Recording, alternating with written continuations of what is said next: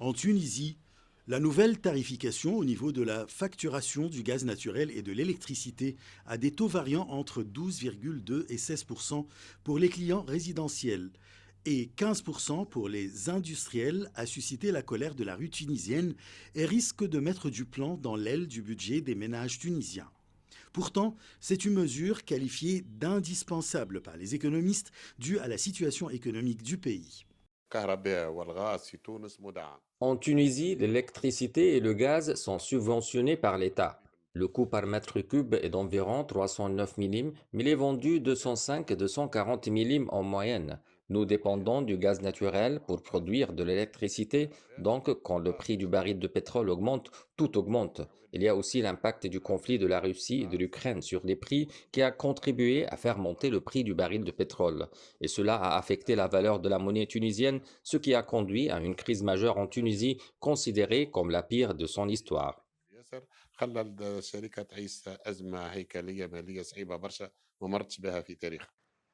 Pour le gouvernement, cette mesure a pour objectif de maintenir les finances publiques à flot.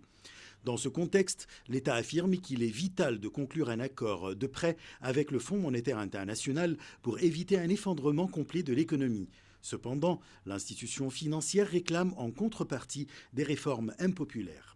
Cette hausse des prix, elle est déjà demandée par le FMI en tant que réforme. Pourquoi? Parce qu'on sait qu'une bonne partie du budget de l'État est allouée aux subventions, dont notamment les carburants. On sait qu'il y a à peu près dans le budget de l'État pour l'année 2022, l'État a consacré ou va consacrer 3 milliards de dinars à peu près pour la subvention des carburants, sachant que le budget total de l'État tunisien est de l'ordre de 38 milliards de dinars il y a déjà 3 milliards de dinars consacrés à la subvention. Et parmi les demandes du FMI pour alléger le déficit budgétaire, c'est de réduire le maximum ces subventions pour orienter l'argent disponible aux investissements et non pas aux dépenses de subvention. Le programme de réforme du gouvernement vise à atteindre les prix réels des carburants d'ici 2026, tout en prenant des mesures parallèles pour protéger les catégories vulnérables. Outre ces mesures, les économistes proposent des solutions pour rationaliser la consommation d'énergie.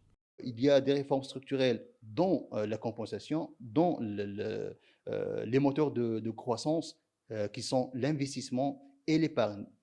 Sauf ces deux réformes, on ne peut rien faire pour le citoyen. Il faut que le citoyen lui-même sache qu'il a un rôle aussi pour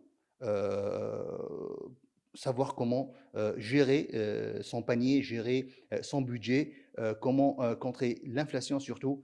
Quand il y a une augmentation, une hausse exorbitante dans des produits, c'est à lui de freiner cette consommation et de juguler un peu, en tant soit peu, l'inflation.